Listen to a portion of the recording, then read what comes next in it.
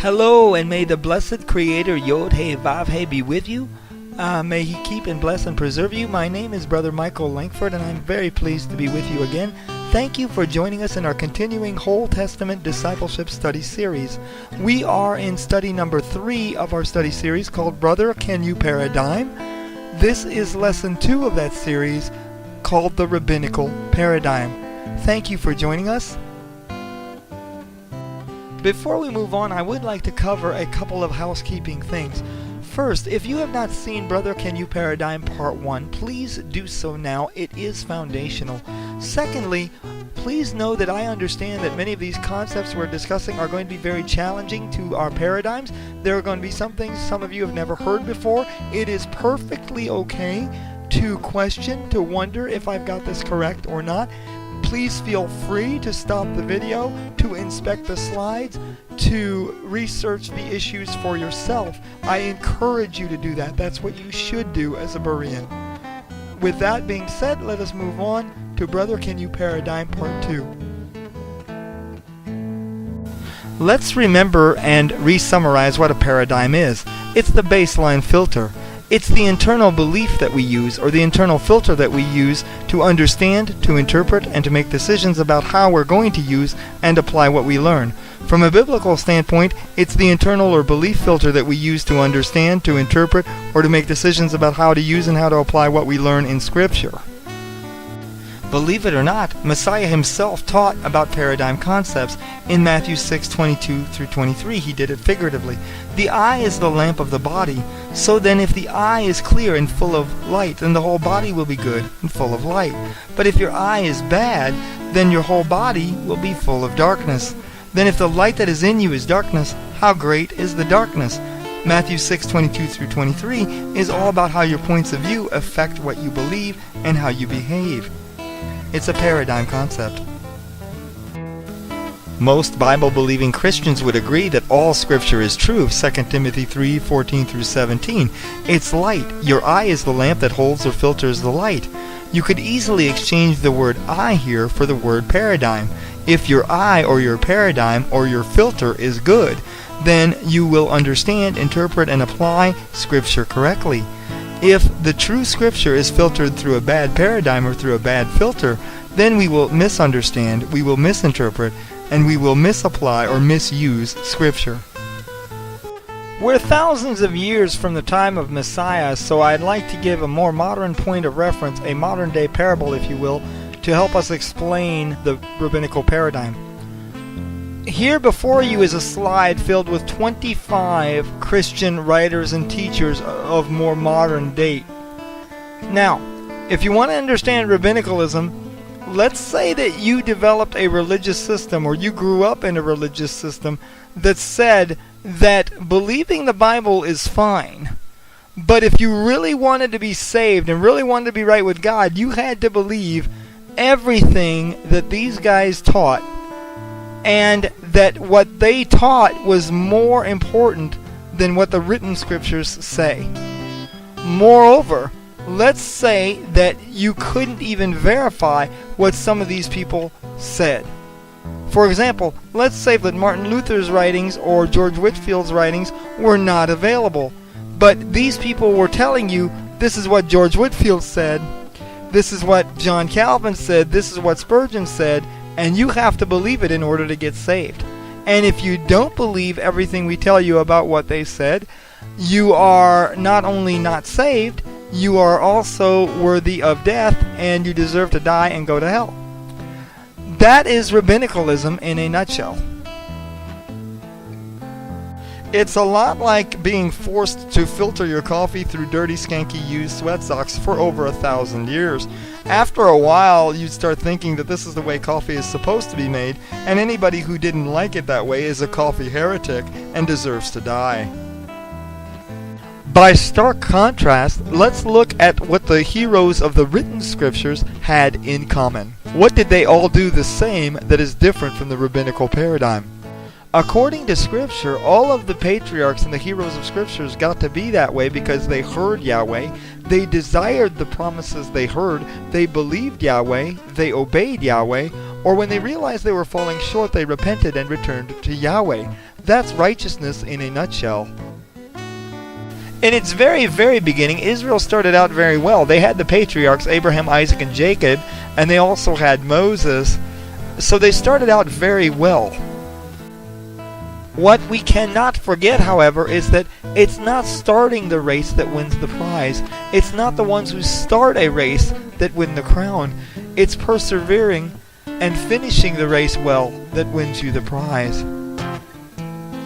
Written scripture paints a very clear prophetic picture of how salvation works.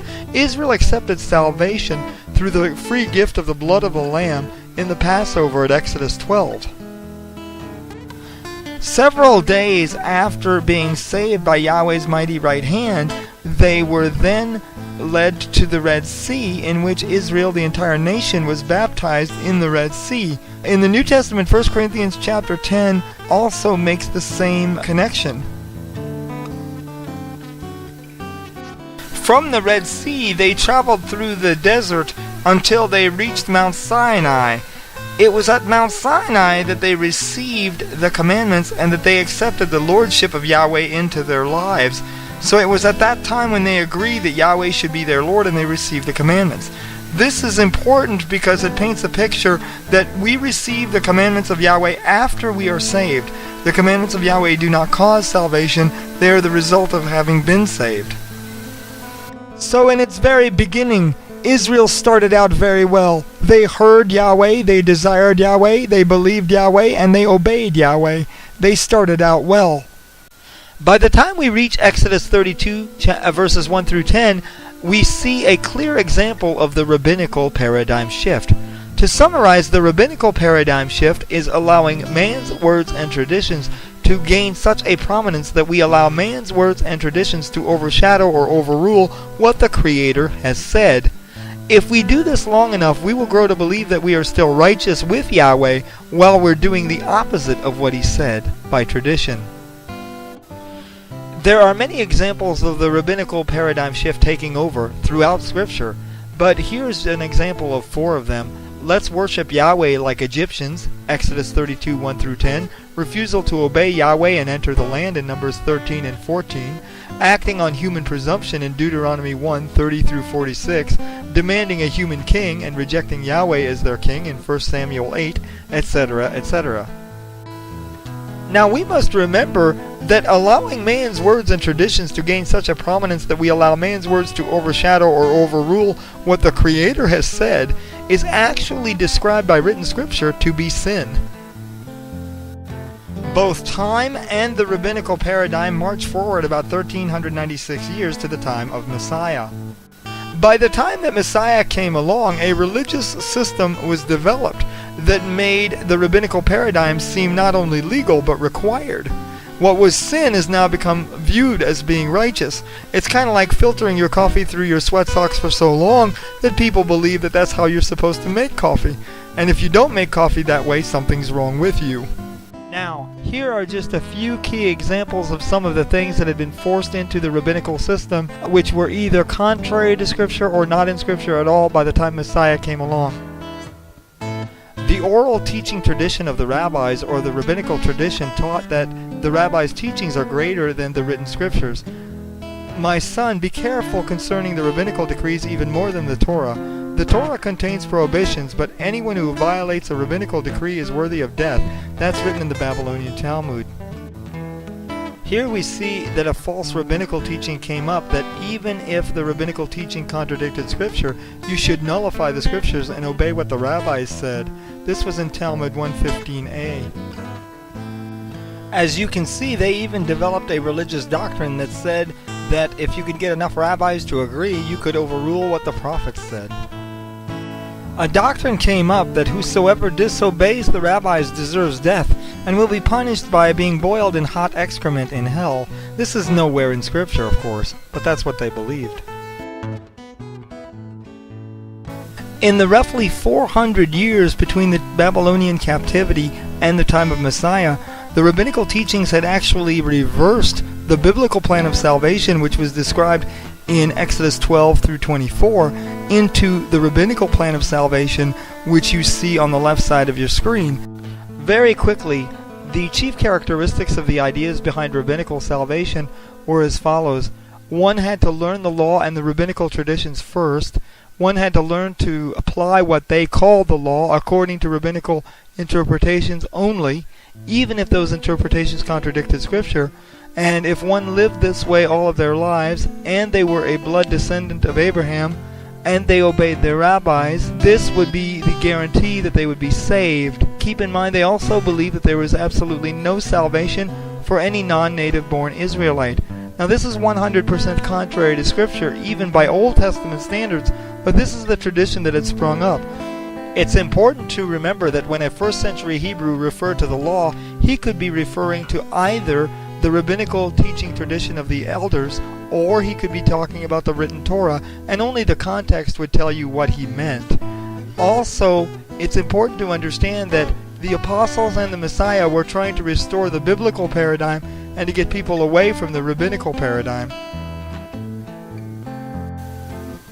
To summarize the problems with the rabbinical paradigm is that over the centuries they developed a religious system where they tried to twist or change Scripture so that it would fit and match their paradigm or their understanding, which is the reverse of what we're supposed to do.